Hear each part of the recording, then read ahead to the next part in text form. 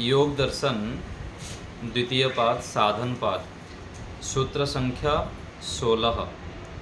ये बहुत महत्वपूर्ण सूत्र है, बहुत अच्छे सूत्र है। इसको अच्छे प्रकार से समझेंगे, हम पढ़ेंगे।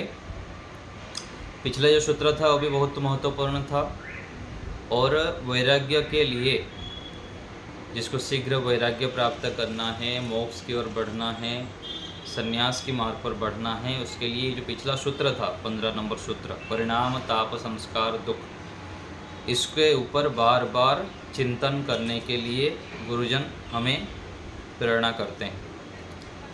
तो ये 4 प्रकार का दुख हम अच्छे प्रकार से समझें: परिणाम, ताप, संस्कार तथा गुणवृत्ति विरोध दुख।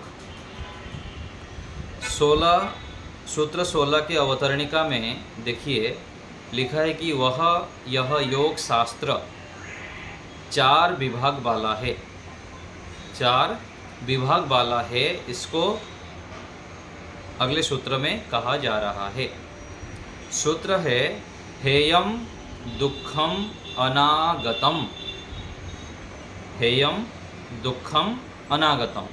शब्दार्थ है हेयम अर्थात त्याज्य है, दुखम दुख, अनागतम अर्थात जो अभी आया नहीं है, अर्थात भविष्य में आने वाला है। सूत्रार्थ है भविष्य में आने वाला दुख ही त्याज्य है, अर्थात जो दुख अभी प्राप्त नहीं हुआ है उसे ही दूर किया जा सकता है, उससे ही हम बच सकते हैं। किससे बच सकते हैं? जो अभी दुख आया नहीं है। जो आ गया, जो हमको दुख दे के चला गया, वो तो गया, उसको वो हमारे हाथ में नहीं है। किंतु आगे जो आने वाला दुख है वह हमारे हाथ में है, उसको हम स्वीकार करना है,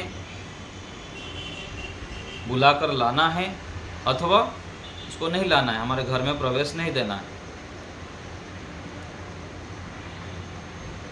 तो यहाँ पर संस्कृत भाग में बहुत अच्छा एक पंक्ति दिया है। यहाँ पर देखिए, यहाँ पर लिखा है दूसरे पंक्ति में देखिए, तस्मात्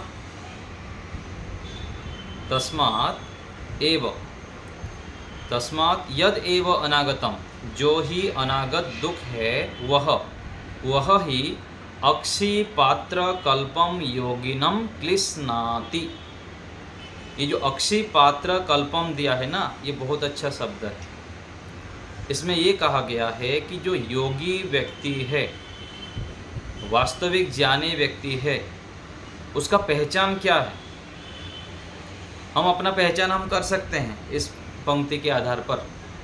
इस जो शब्द लिखा है ना, अक्षिपात्र कल्पम, तो यहाँ इसका भाव यह है कि जो योगी व्यक्ति है, ज्ञानी व्यक्ति है, वह कैसा होता है? जैसे हमारे आँख का पलक है ना, अक्षिपात्र कल्पम, जो आँख का ये है, इसके विषय में कहा गया है। जैसे आँख में थोड़ा सा कुछ भी डस्ट जाता है तो तुरंत उसको बंद कर देता है, उसको आने नहीं देता है। क्यों? क्योंकि उसको लगता है कि यदि आँख के अंदर गया तो हमको कष्ट देगा। थोड़ा सा कुछ आए तुरंत आँख क्या है, सावधान हो जाता है, सतर्क हो जाता है और बंद हो जाता है।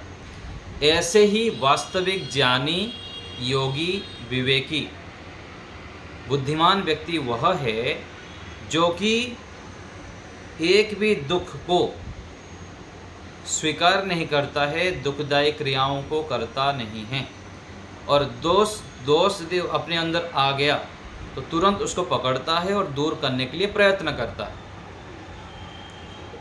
और जो घमंडी है, मिथ्याज्ञानी है, अविवेकी है, मूर्ख है, वो क्या करता है? अपने दोषों को पाल के रखता है। जैसे माता पिता होते हैं, संतानों को पाल के रखते हैं। और जो मोह से ग्रस्त होते हैं माता पिता, वो अपने संतान के दोषों को भी छुपाते हैं, उसको दूर करने के लिए प्रयत्न नहीं करते हैं। वो तो हो गया संतानों के विषय में। अपने विषय में भी वो क्या करते हैं? अपने दोषों को पाल के रखते हैं। और जो योगी व्यक्ति है वह एक भी दोष को अपने अंदर रखना नहीं चाहता है और आ जाने पर उसको कष्ट होता है। व्यक्ति के अंदर जब दोष होता है, दुर्गुण होते हैं, वह उनको कष्ट नहीं देता है। और जितना जितना व्यक्ति योगाभ्यास करते जाता है उसको अपना एक एक दोष बहुत अधिक बाधक होते हैं, कष्ट देते हैं। और मैं पहले आपको बताया हूँ दोषों के विषय में क्या स्थिति है। पहले तो हम दोष करते रहते हैं, हमको पता ही नहीं। दोष हम करते रहते हैं, हमको पता ही नहीं, ये पहला स्तर है। दूसरा स्तर क्या है? दोष हम कर रहे हैं, हमको पता लगा, थोड़ा बहुत कुछ सत्संग किए, स्वाध्याय किए, हमको पता लगा। फिर आगे जब बढ़ता है, थोड़ा मेहनत करता है, तो उस दोष उसको कष्टदायक लगता है। ये दोष मेरे अंदर है, ये दूर करने योग्य है, लेकिन मैं दूर कर नहीं पा रहा हूँ, करने योग्य है, तो कष्ट होता है। जब उसको कष्ट देता है तब फिर चौथे स्तर पर आके व्यक्ति उसको हटाता है, दूर करना चाहता है। तो यही कह रहे हैं कि जो अक्षिपात्र कल्प योगी है उसको एक एक दोष पीड़ित करते हैं, बाधित करते हैं, और वो दोषों को स्थान नहीं देता है। और ये प्रत्येक साधक व्यक्ति को अवश्य ही पता लगता है, जो जागरूक होते हैं, सावधान होते हैं और वास्तविक रूप में अपने जीवन को ऊंचाई की ओर ले जाना चाहते हैं। लोगों के सामने तो अलग बात है, व्यक्ति ईश्वर के सामने अपने आप को रखते हुए अपने को शुद्ध करना चाहता है, अपने दोष के साथ समझौता नहीं करता है वो, जो अक्षिपात्र कल्प योगी होते हैं। तो हम अपना परीक्षण करें, हम कितना दोषों के प्रति जागरूक रहते हैं, अपने दोषों को हटाना चाहते हैं, स्वीकार करते हैं, सत्यग्राही होते हैं। ऋषि दयानंद जी क्या लिखे हैं आर्य समाज के नियम में? सत्य को ग्रहण करने और असत्य को छोड़ने में सदा उद्यत रहना चाहिए। क्या हम ऐसे हैं?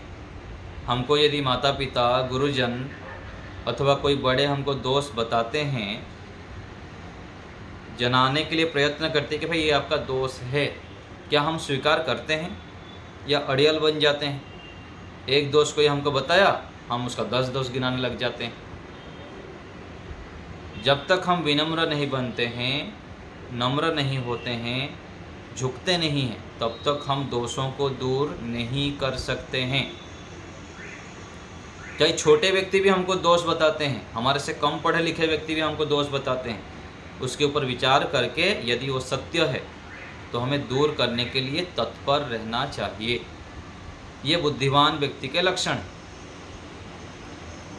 तो ये यहाँ पर कहा गया, ये बहुत अच्छा मेरा प्रिय है और मैं कई बार इसके विषय में विचार करता हूँ।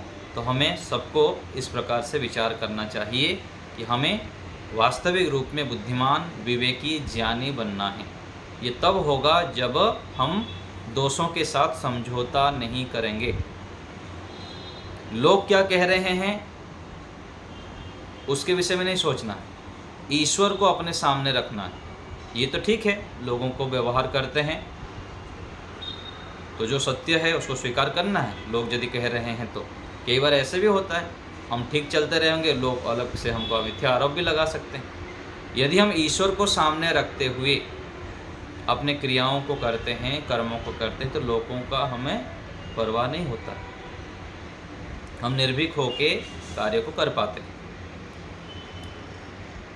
तो आगे हम योगार्थ प्रकाश देखते हैं, बहुत अच्छा इसमें संदेश है। तो इस सूत्र में आगामी दुख को छोड़ने योग्य माना है। इस सूत्र में क्या कहा गया है? आगे जो आने वाले दुख है उसको हम छोड़ने योग्य है, छोड़ सकते हैं, और उसको दूर करने के लिए हम प्रयत्न करना चाहिए। जो दुख भूतकाल में भोग लिया है वह छोड़ने योग्य नहीं है, क्योंकि वह अब भोक्ता के समीप नहीं है। हमारे पास अभी नहीं है, जो भोग लिए हो हमारे से बीत गया है, दूर चला गया।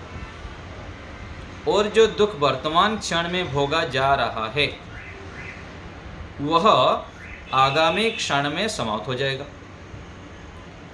अभी जो हमको कुछ दुख हो रहा है किसी भी कारण से, तुरंत वो समाप्त हो जाएगा, उसका भी त्याग नहीं हो सकता है। इसलिए जो भविष्य काल में आने वाला दुख है वही छोड़ने योग्य है। दुख किसे कहते हैं? दुख की परिभाषा क्या है अभी बता रहे हैं, देखिए बहुत अच्छा। बाधा, पीड़ा, अशांति, बंधन, पराधीनता का नाम दुख है। जहाँ पर भी हमें बाधा हो रही है, कोई भी हम कार्य करना चाह रहे हैं, शरीर में भी कहीं पर बाधा है, पीड़ा है, वहाँ पर दुख है। अशांति जहाँ पर है, जहाँ शांत वातावरण नहीं है, शांत परिवेश नहीं है, अशांति है, वहाँ पर भी दुख है। और जहाँ पर बंधन है वहाँ पर भी क्या है? दुख है। हम अभी बंधन में हैं या स्वतंत्र हैं? हम बंधन में हैं, शरीर के बंधन में हैं, और इस बंधन के कारण हम दुख पूर्ण रूप से यहाँ पर सुखी नहीं हो सकते हैं। जब तक शरीर में शरीर है तो दुख है। ये वास्तविक ज्ञान है, विवेक ज्ञान है। और जब शरीर से रहित हो जाएंगे तो पूर्ण रूप से सुखी हो जाएंगे, दुखों से मुक्त हो जाएंगे। और यहाँ पर यदि बाह्य रूप से देखेंगे, किसी के बंधन में हम रहते हैं तो दुखी है। और आ रहा है पराधीनता। एक होता है स्वाधीनता और दूसरा है पराधीनता। जब जब हम दूसरे के अधीन रहते हैं तब तक हमारे पास दुख रहता है। किसी फैक्ट्री के अधीन हम यदि कार्य कर रहे हैं तो हमारे पास दुख है, क्योंकि बॉस जैसे कहेगा वैसे करना पड़ेगा। हम ठीक चल रहे होंगे, वो गाली देंगे तो सुनना पड़ेगा, आरोप लगाएंगे तो सुनना पड़ेगा। और जो स्वयं मालिक बन जाते हैं तो स्वाधीन हो जाते हैं, वहाँ पर दुख कम हो जाते हैं। जितना जितना हम स्वाधीन रहते हैं, दूसरे के अधीन नहीं रहते हैं, उतना हमारे पास दुख की मात्रा कम हो जाते हैं। तो बाधा, पीड़ा, अशांति, बंधन, पराधीनता का नाम दुख है।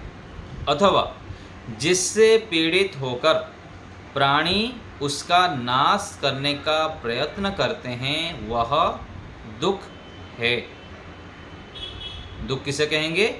जिससे पीड़ित होकर प्राणी उससे बचने का, उसको हटाने का, उसको नाश करने का प्रयत्न करता है, वह दुख है।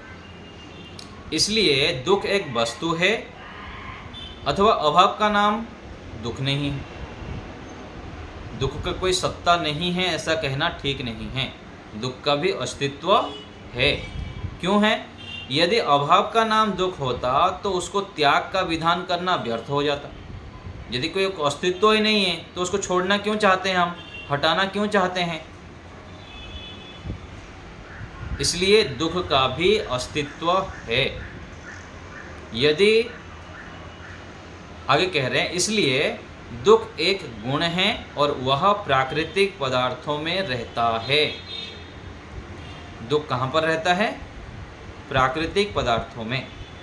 यह शरीर क्या है? प्राकृतिक पदार्थ है, प्रकृति से बना हुआ है। जितने जितने प्रकृति से संबंधित वस्तुएं हैं उसमें दुख छिपा हुआ है। ये पिछले सूत्र में हम पढ़े। 4 प्रकार का दुख, एक एक दुख नहीं। कितने प्रकार का दुख है?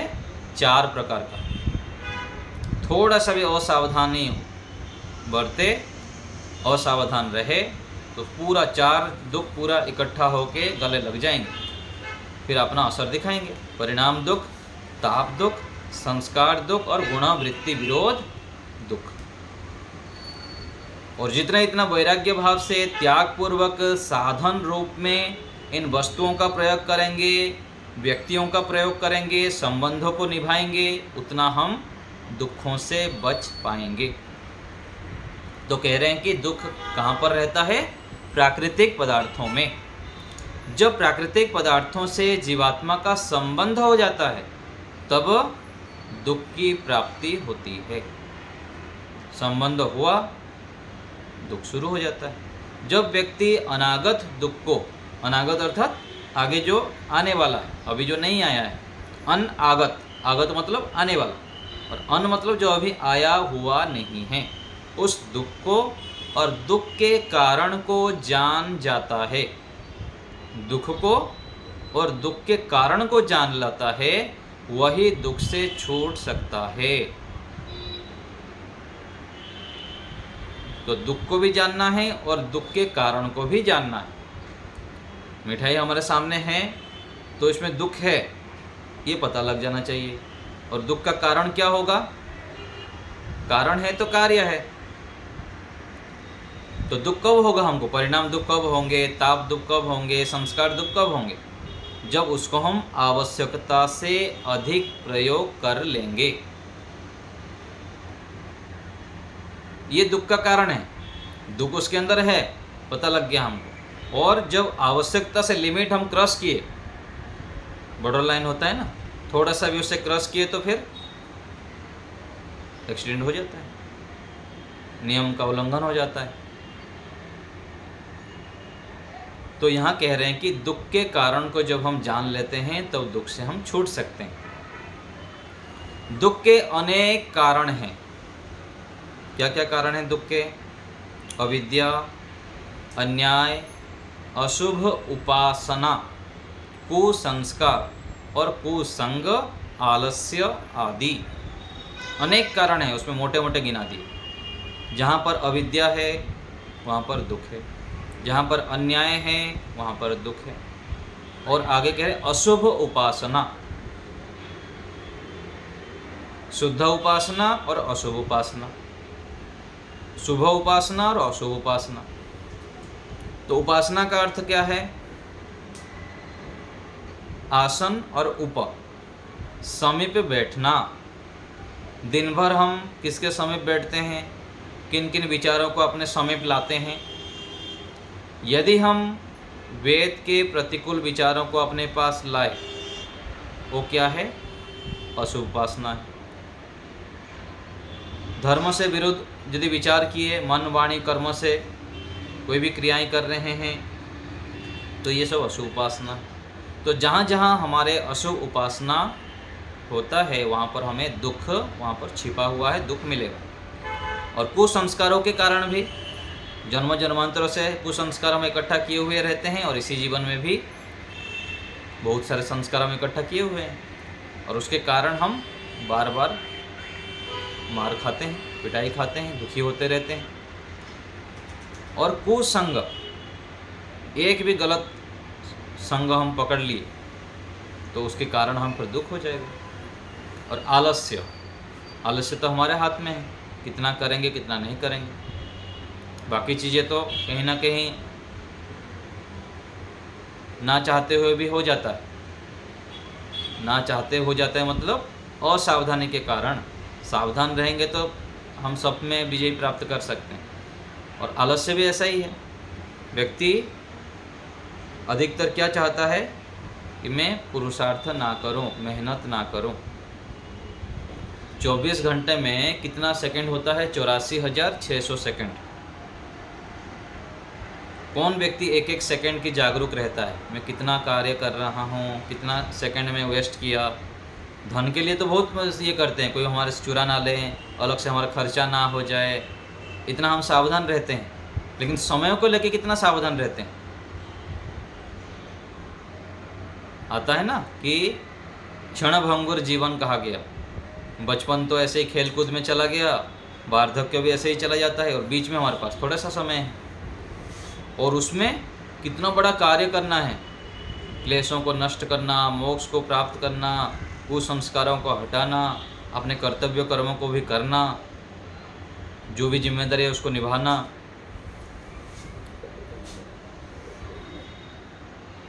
तो समय हमारे पास बहुत कम होता है जीवन में, लेकिन हम सावधान ना होने के कारण, ज्ञान की कमी के कारण हम व्यर्थ रूप से आलस्य प्रमाद करते रहते हैं। जो कार्य जिस समय करना चाहिए वो नहीं करते हैं, उसको टालते रहते हैं, और इसके कारण हम दुखी रहते हैं। ये सब दुख का कारण बता दिया। अविद्या, अन्याय, अशुभ उपासना, कुसंस्कार, कुसंग, आलस्य आदि। जो व्यक्ति यह जान जाते हैं कि अविद्या दुख का कारण है, वह अपनी अविद्या का नाश करने का पूर्ण प्रयास करता है। जो जान जाता है, और जो जान नहीं पाया वो हंसते खेलते रहता है, टाइम पास करता रहता है यहाँ पर। क्योंकि कारण के होने से कार्य की उत्पत्ति होती है, अन्यथा नहीं। मिट्टी है तो घड़ा होगा, रुई है तो फिर वस्त्र बन सकता है। कारण होने पर ही कार्य होता है। इसी प्रकार से प्रत्येक दुख के कारण को अच्छे प्रकार से जानकर उसको दूर करने का प्रयत्न करना चाहिए। आज जो मेरे पास दुख है, ये जो मुझको जन्म मिला है, उसका कारण क्या है? क्योंकि ये जो जन्म है, शरीर धारण किए हैं, ये सबसे दुख, जो बड़ा दुख का कारण यही है। और बाकी तो व्यवहार में क्या होता है, कोई दुख आ गया थोड़ी देर के लिए फिर चला जाता है, फिर खुशी आ गया तो वो दुख को भूल जाते हैं, फिर से थोड़ी देर बाद दुख आता है फिर उसको भूल जाते हैं। तो शरीर धारण करना ही सबसे बड़ा दुख का कारण है, उसको हमें समझना है। तो इसी प्रकार प्रत्येक दुख के कारण को अच्छे प्रकार जानने पर हम उसे दूर करने का प्रयत्न करते हैं। बुद्धिमान व्यक्ति यह विचार करता है कि मनुष्य और पशु पक्षी आदि के शरीर में जो अंतर है, ये कैसा है, क्यों ऐसा अंतर हो रहा है।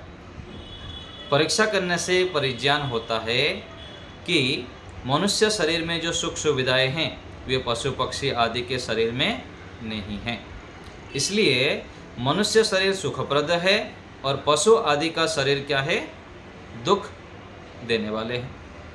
शरीर के मनुष्य के शरीर में बहुत सुख मिलता है। मनुष्य शरीर की प्राप्ति किस कारण से होती है, इस विषय में विचार करने से यह ज्ञात होता है कि धर्म आचरण से होती है। मनुष्य को ऐसा विचारना चाहिए, यदि मैं धर्म आचरण करूंगा तो मनुष्य योनि मिलेगी, और अधर्म आचरण करूंगा तो पशु पक्षी आदि की योनि मिलेगी। यदि मुझे पशु आदि योनि मिलेगी तो बहुत दुख भोगना पड़ेगा। ऐसा विचार कर अधर्म आचरण को छोड़ देने से दुख का निवारण हो सकता है। मनुष्य शरीर मिलने पर क्या सुखी मिलता है अथवा दुख भी मिलता है, ये अगला प्रश्न है। इसका परीक्षण करने से ज्ञात होता है कि मनुष्य शरीर मिलने पर जो सुख मिलता है वह क्षणिक और दुख मिश्रित होता है। पहले तो हम नीचे से थोड़ा ऊपर आए मनुष्य शरीर में, फिर वहाँ पर विचार करना है कि मनुष्य शरीर में क्या पूर्ण रूप से सुख मिलता है, क्या कितने दुख आते हैं जीवन भर में, कितने प्रकार के आते हैं। इसलिए मनुष्य शरीर मिलने पर भी अनागत दुख से मुक्ति नहीं हो सकती। यहाँ भी दुख तो है ही, इसलिए अनागत दुख से नितांत छूटने का उपाय जानना चाहिए। आगे जो आने वाला दुख है उसको पूरा कैसे छोड़ सकता हूँ मैं, क्या उपाय है, कोई उपाय है कि नहीं है, ये भी हमें जानना चाहिए। तो अनागत दुख को दूर करने वाला व्यक्ति अत्यंत सावधान रहता है, जागरूक रहता है, चौकन्ना रहता है पूरा। जैसे बॉर्डर में सिक्योरिटी रहते हैं भारत पाकिस्तान की, इसमें थोड़ा सा भी असावधान हुए तो कभी भी आक्रमण हो सकता है। कितने सावधान रहते हैं। ऐसे ही साधक व्यक्ति हर समय जागरूक रहता है मन से। कहा गया ना कि विषस्य विषयाणाम च दृश्यते महत् अंतरम। विष जहर और जो विचार, जो विषय का विचार है, विष और विषय का विचार, ये दोनों में दिखता है बहुत अंतर है। क्या अंतर है?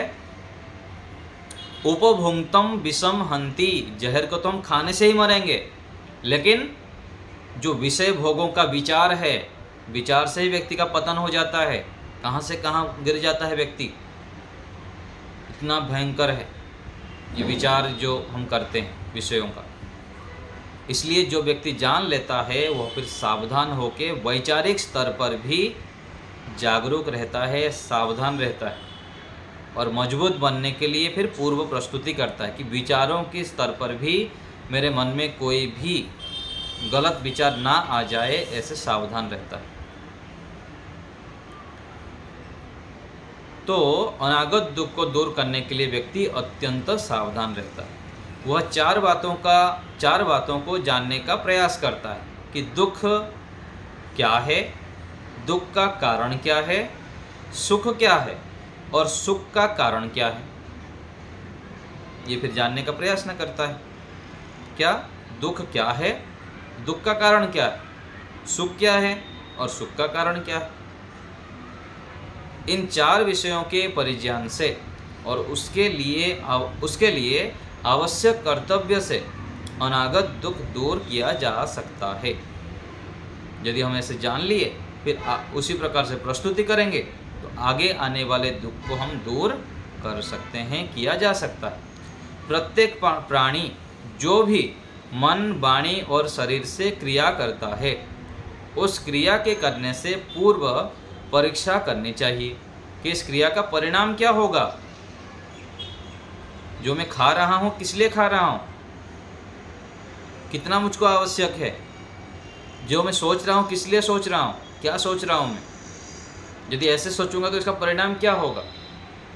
दूसरे के विषय में सोचते रहते हैं, उलट पुलट सोचते रहते हैं, कभी कुछ पूरा बहुत जो ना सोचने योग्य है बहुत कुछ सोच लेते हैं। जितना दुर्गुण उसके अंदर नहीं होते हैं, दोष नहीं होते हैं, हम सोचते रहते हैं बार बार। तो हमें कोई भी क्रिया करने से पहले उसको सोचना चाहिए, परीक्षा करनी चाहिए इस क्रिया का परिणाम क्या होगा। बिना परीक्षा किए हम दूसरे के विषय में गलत मान्यताएं बना लेते हैं, जो कि हमारे लिए बहुत हानिकारक होता है। यदि सुख परिणाम दिखाई देता है तो उसको करना चाहिए और दुख परिणाम सिद्ध होता है तो तत्काल छोड़ देना चाहिए। प्रायः व्यक्ति क्रिया के परिणामों को बिना जाने क्रिया करता है और उसके दुखद परिणाम होने पर पश्चाताप करता है। तो ऐसे ही करते रहते हैं अज्ञानतापूर्वक, फिर बाद में पश्चाताप होता है, अरे मैं तो ऐसे नहीं करना था, ऐसे क्यों किया मैं। ये क्यों होता है? परीक्षण ना करने पर, सावधान ना रहने पर। इसका कारण है हेयम दुखम अनागतम को ना जानना। आगे आने वाले दुख के विषय में यदि नहीं जानते हैं, सावधान नहीं रहते हैं, तो हम ऐसे चक्र में फंस जाएंगे, चक्रव्यूह में। दैनिक जीवन में ऐसी मानसिक क्रियाएं बहुत होती है जिनका फल दुख होता है। यदि मनुष्य उन मानसिक क्रियाओं से होने वाले अनागत दुख को जान लेता है तो उसको बंद कर देता है। किसको कह रहे हैं? मानसिक क्रिया। वाणी और शरीर से तो आगे स्थूल रूप में हो रहा है, आगे चलकर व्यक्ति मानसिक रूप में क्रियाओं को देखता है सावधानी पूर्वक, क्या मेरे मन में चल रहा है, और जान लेने पर उसको बंद कर देता है जो हानिकारक है। आलस्य और प्रमाद अनागत दुख को दूर करने में बाधक होते हैं। यदि हम आलस्य करते हैं, प्रमाद करते हैं, आलस्य और प्रमाद में क्या अंतर है? आलस्य तो शरीर से करते हैं और प्रमाद क्या है? शरीर में सामर्थ्य है लेकिन मन से जी चुराते हैं, मन से नहीं करते हैं। तो आलस्य और प्रमाद में ये अंतर है। मन में इच्छा है लेकिन शरीर साथ नहीं दे रहा है, शरीर में कमजोरी हो रही है, शरीर में नींद ठीक से ना आया है, इसके कारण से होता है, आलस्य आ जाता है। और दूसरा प्रमाद है, शरीर में तो सामर्थ्य है, फुर्ती है, सब कुछ, लेकिन मन से जी चुराता है, चलो देख लेंगे, आगे कर लेंगे, आज का काम कल कर लेंगे, ये प्रमाद है। तो आलस्य और प्रमाद आगे आने वाले जो दुख है उसको दूर करने में बाधक होते हैं। इसलिए एक भजन की पंक्ति है ना, पुरुषार्थ ही इस जीवन में मन चाहा सुख देता है। मन चाहा सुख पाया उसने, जो आलस्य बनकर पड़ा ना रहा, आलसी बनकर पड़ा ना रहा। यदि व्यक्ति आलस्य और प्रमाद को दूर कर देता है तो भविष्य में होने वाले अनेक हानियों से बच जाता है। आलसी व्यक्ति ना शारीरिक परिश्रम करता है, ना विद्या पढ़ता है, ना सत्पुरुषों का संग करता है। इसलिए भविष्य काल में उसको विविध दुख भोगने पड़ते हैं। बहुत सारे दुखों का पहाड़ टूट जाता है आलसी के व्यक्ति के ऊपर। फिर वो उस समय कुछ करता नहीं है, रोगी हो जाता है, बीमार हो जाता है, डिप्रेशन में युक्त हो जाता है, रोता रहता है। तो वेद में अनागत दुख को दूर करने के लिए मनुष्य को चेतावनी दी गई है। आगे आने वाले दुख से कैसे बचना है हमको, मंत्र में स्वयं ईश्वर ने संदेश दिए हैं। मंत्र क्या है? ओम अश्वत्थे वो निषदनम पर्णे वो वसति स्कृता गोभाज इत किला सथ यत् सन्वथ पुरुषम। हे मनुष्य, कल तक रहेगा व नहीं रहेगा विश्वास नहीं है, ऐसे शरीर में तुम्हारा निवास है। हमारा निवास कहाँ पर है, किस जगह पर है, कल रहने वाला है कि नहीं है, अगले क्षण में रहेगा कि नहीं रहेगा हमको पता नहीं है। तो ईश्वर ने ये जो शरीर निवास चलायमान संसार में किया हुआ है हमारा,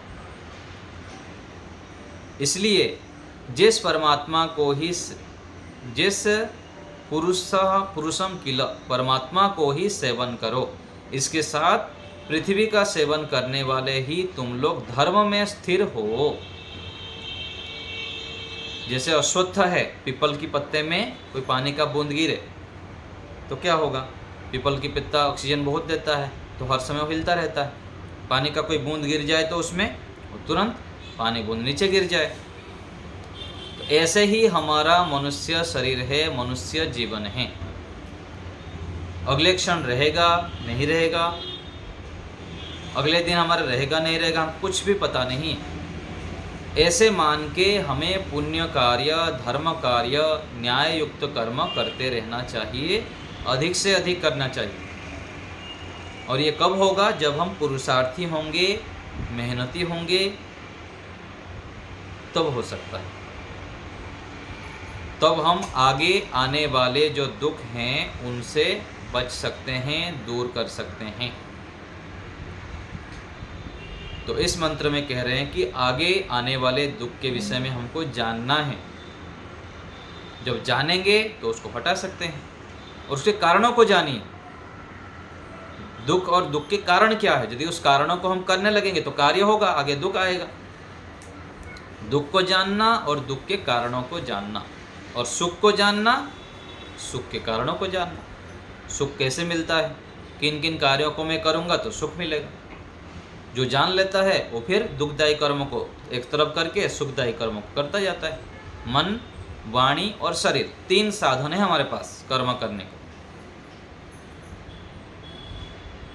तो ऋषियों ने हमको बहुत अच्छे प्रकार से अलग अलग ढंग से हमको समझाना चाह रहे हैं कि हम इनको जानें, उसको दूर करने के लिए अत्यंत प्रयत्नशील होवें।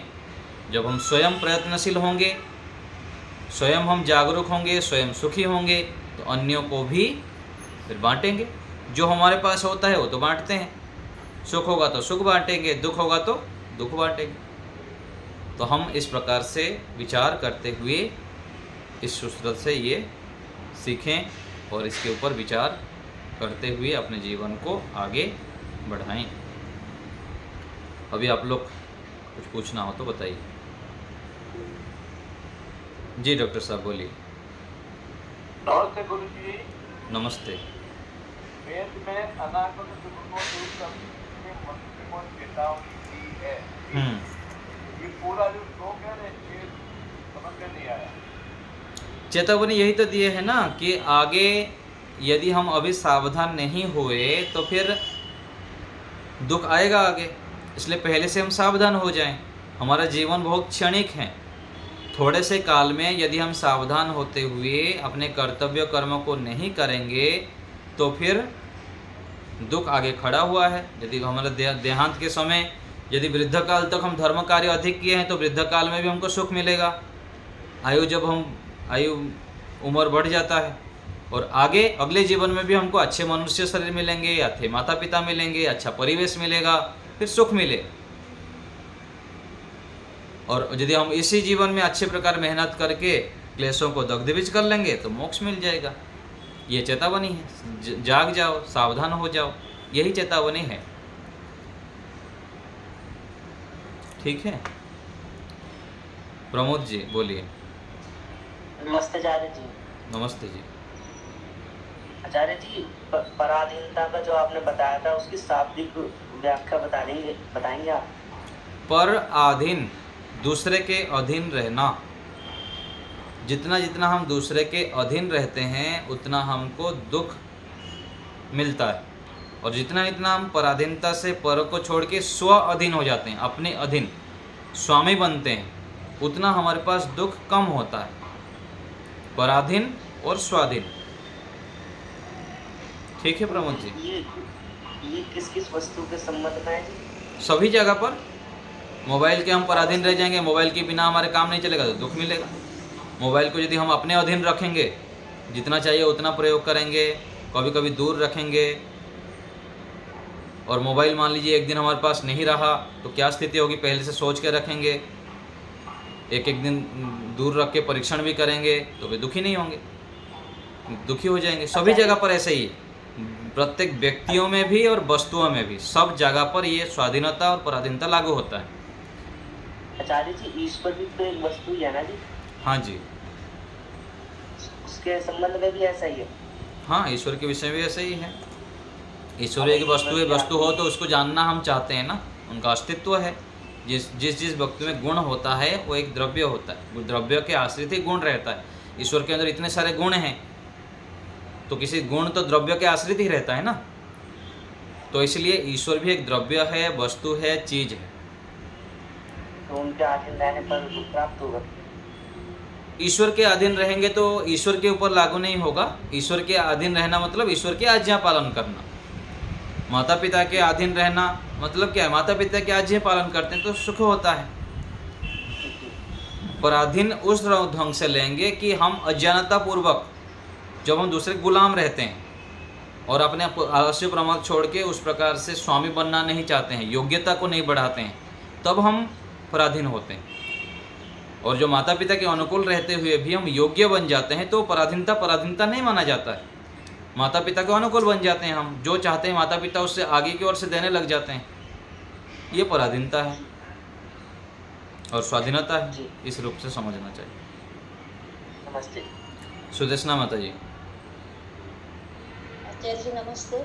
नमस्ते। भयम दुखम अनागतम, इससे बचने के लिए हम मन, वचन और शरीर से सावधान रहना पड़ेगा, और अपना जो कर्तव्य करते हैं उसमें जितना भी दुख है वो सब सहन करके ईश्वर का आज्ञा से मैं करती हूँ, ऐसे सोच के सभी दुख को सह के अपने अंदर प्रसन्नता रखेंगे, तभी हम ये सब दुख से बच पाएंगे। जी जी, ऐसा ही है। और आचार्य जी, इतना सावधान रहने से भी दुख कभी कभी आ जाता है। दुख तो आएगा ना, शरीर जब है तो दुख आएगा। बता दिया ना, शरीर के बंधन में हम हैं तो शरीर है तो दुख है, शरीर नहीं रहेगा तो दुख नहीं रहेगा। और शरीर रहेगा तो योगी व्यक्तियों को भी दुख तो रहता है, इसलिए ना वो कितना दुख मान रहे हैं वो अलग बात है। ज्ञान हो जाने के बाद उस दुख की जो मात्रा है कम हो जाती है। एक सामान्य व्यक्ति को, जो बच्चा होता है उसको इंजेक्शन लगता है तो कितना कष्ट होता है, दुखी होता है, और जो प्रौढ़ होते हैं, जो बुद्धिमान होते हैं, उसको इंजेक्शन लगाने से उतना कष्ट नहीं होता है। दुख तो वही है जो उसमें कष्ट हो रहा है। ऐसे ही संसार में भी है। तो जितना जिसको ज्ञान हो जाता है उतना दुख की मात्रा कम हो जाते हैं, और वो व्यक्ति फिर आगे उसको हटाने के लिए प्रयत्न करता है उस रूप में। ठीक है। निर्मला माता जी। नमस्ते। जैसे महिला को ये कहते हैं कि भाई बचपन में माँ बाप के लिए, जवानी में जो है वो पति के लिए, और बुढ़ापे में बच्चों के लिए, तो ये पराधीनता है या बंधन? नहीं, देखिए वो अलग अलग प्रकार से है। ऐसा नहीं है कि बता दिया ना मैं, पराधीनता और स्वाधीनता अपने योग्यता के ऊपर निर्भर करता है। यदि हम योग्य बन जाते हैं तो माता पिता के अनुकूल बन जाते हैं, वहाँ भी हमारे पास स्वाधीनता आ जाती है। गृहस्थ में रहेंगे, पति के अनुकूल रहते हैं, एक दूसरे को समझते हुए व्यवहार करते हैं, तो वहाँ पर भी पराधीनता नहीं होती है। जब टकराव होता है ना, हम उनके प्रतिकूल चलते हैं तो फिर पराधीन हो जाता है। फिर वो छुपा के कार्य करेंगे, छुपा के अपने को कुछ कार्य करना पड़ता है, तो वहाँ पर पराधीनता है। और जब अनुकूल होते हैं, एक दूसरे को हम अपने अनुकूल बना देते हैं, अपने मेहनत से, अपने पुरुषार्थ से, अपनी बुद्धिमत्ता से, तो वहाँ पराधीनता हट जाते हैं। ऐसे ही बच्चों के ऊपर भी लागू होता है। बच्चों के अनुकूल यदि हम चलते हैं, अपने व्यवहार से उनको संतुष्ट रखते हैं, उनके अनुकूल हो जाते हैं, तो हमारे जो भी आवश्यकता है वृद्ध काल में वो पूरा कर देते हैं, आगे से आगे पूरा कर देते हैं। वो अपने मेहनत के ऊपर है, हम किस प्रकार से पुरुषार्थ करके अपने दक्षता को प्रतिपादित करते हैं। ये बंधन है या पराधीनता? नहीं, वही बता रहा हूँ ना, बंधन और पराधीनता अपने ऊपर है। हम कितने पुरुषार्थ करके उस बंधनों को तोड़े नहीं हैं और उस पराधीनता को आगे नहीं बढ़ाए हैं। जब हम योग्य बन जाते हैं तो स्वाधीन बन जाते हैं, और हमारे अंदर जो योग्यता कम है तो हम पराधीन होते हैं। ये सभी जगह पर लागू होता है, बंधन में भी और पराधीनता, वो एक ही रूप में ही। पुरुषार्थ करके जब हम योग्य बन जाते हैं तो हमारे ऊपर किसी का पराधीनता नहीं होता है। अधीन किसके ऊपर, किसी का अधीन हम नहीं रहते हैं। वो अधीनता भी स्वाधीनता बन जाते, चाहे माता पिता हो, पति हो, चाहे बच्चे हो वृद्ध काल में। उसके लिए अपने योग्यता को बढ़ाते रहना चाहिए, मेहनत करते रहना चाहिए। पुरुषार्थी के लिए सब एक तरफ हो जाते हैं, आलसी के लिए ही, आलसी व्यक्तियों के लिए, कम बुद्धिमत्त व्यक्तियों को ही ये बाधक होते हैं। ठीक है माता जी? धन्यवाद धन्यवाद। प्रमोद जी। जी आचार्य जी नमस्ते। नमस्ते जी। आचार्य जी, ये अभी समूह बात था कि पराधीनता वाला जो संदर्भ जा रहा है, तो इसमें कभी ये ऐसा विषय आया कि अगर हम ईश्वर के पराधीन हैं तो ईश्वर के पराधीन होने से हमको दुख का अनुभव नहीं, ईश्वर के लिए नहीं लागू। लेकिन इसमें अगर हम इसको ऐसा समझें कि अगर अविद्या के कारण जो लोग जैसे जो वैदिक नहीं है, मैं समझता जो पुरानी है, हाँ जी, तो ईश्वर के पराधीन होकर के ईश्वर की पराधीनता में या ईश्वर में जो तरीका है उनका पूजा प्रार्थना करना, अर्चना करने का, या अविद्या के कारण उनकी ऐसी सोच है कि जो उनको दुख आ रहे हैं वो ईश्वर में नहीं है, ईश्वर के कारण। हाँ, वो तो है। जैसे में दुख आ रहे हैं तो उस वाले उसमें उनको दुख आ हैं। हाँ जी, हाँ जी, वही तो बताया ना। उन लोग तो चलो अज्ञानता के कारण कर ही रहे हैं, जो पौराणिक लोग हैं, जो ईश्वर के स्वरूप को नहीं जानते हैं। और यहाँ पर हम वैदिक रीति से जब देखते हैं ना, जब हम ईश्वर की आज्ञा के अनुसार चलते हैं, चाहे माता पिता ले लीजिए, व्यवहार यहाँ पर ले लीजिए, अथवा ईश्वर के ऊपर भी घटा लीजिए, हम जब उनके अनुकूल बन जाते हैं तो वहाँ पर पराधीनता नहीं रहता है। हमको जो चाहिए वो यदि मिल गया तो वहाँ तो स्वतंत्रता है ना, चाहे माता पिता हो, पति हो, बच्चे हो, सब स्थिति में है, चाहे ईश्वर हो। हमको जो चाहिए, हम यदि यम नियम के अनुकूल आचरण करते हैं, वेद अनुकूल आचरण करते हैं, हमको जो चाहिए उससे अधिक मिल जाता है, और कई गुना अधिक मिल जाता है। जैसे संतानें योग्य होते हैं तो माता पिता सब ला के दे देते हैं, आगे से आगे ला के दे देते हैं। ऐसे ही ईश्वर है हमारे लिए।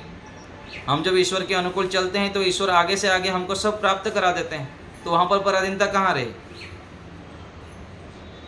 इस रूप में है। ठीक है। अगर कोई भी पति आचार्य जी वो हमारे पर जो है अन्याय करे तो जो है दुख होता है। वो तो होगा ना, शरीर धारण किए हैं तो यहाँ अन्याय होगा, ये तो पहले से मानसिकता मान के ही चलना है।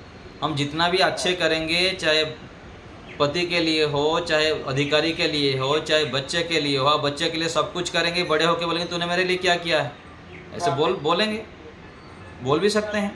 ये पहले से तैयारी जो रहेगा, बोल दिया तो ठीक है, बोल दिया जो कर सकता है व्यक्ति। अज्ञानता के कारण सामने वाला व्यक्ति कैसे भी व्यवहार हमारे साथ कर सकता है, क्योंकि वो स्वतंत्र है कर्म करने में। सामने वाला व्यक्ति कर्म करने में स्वतंत्र है, इसलिए वो कुछ भी कर सकता है। ऐसे हम मान के जब चलेंगे तो हम दुख से बच पाएंगे, यदि पहले से हम मान के ऐसे बुद्धि में बिठा दिए रहेंगे तो। और यदि नहीं माने हुए रहेंगे तो फिर दुखी होते रहेंगे, परेशान होते रहेंगे, क्यों ऐसे बोल दिया, ऐसे नहीं बोलना था, मैं तो ऐसे इतना उसके उपकार किया हूँ, फिर भी वो मेरे साथ ऐसे क्यों कर रहा है, ऐसे सोच सोच के दूसरे के सामने रोते रहेंगे हम। ठीक है, और कोई बात? जी नमस्ते। नमस्ते जी मूलचंद जी। और ठीक है सर। हाँ जी बताइए। आपके मैं आज टाइम मिला, मैंने छोड़ दिया था, मैं बोला आज ये तो कम दर्शन तो हो जाएंगे। जी जी जी ठीक है, चलिए आज यहीं रखते हैं। हम आज ले आदेश करते रहना सर। जी।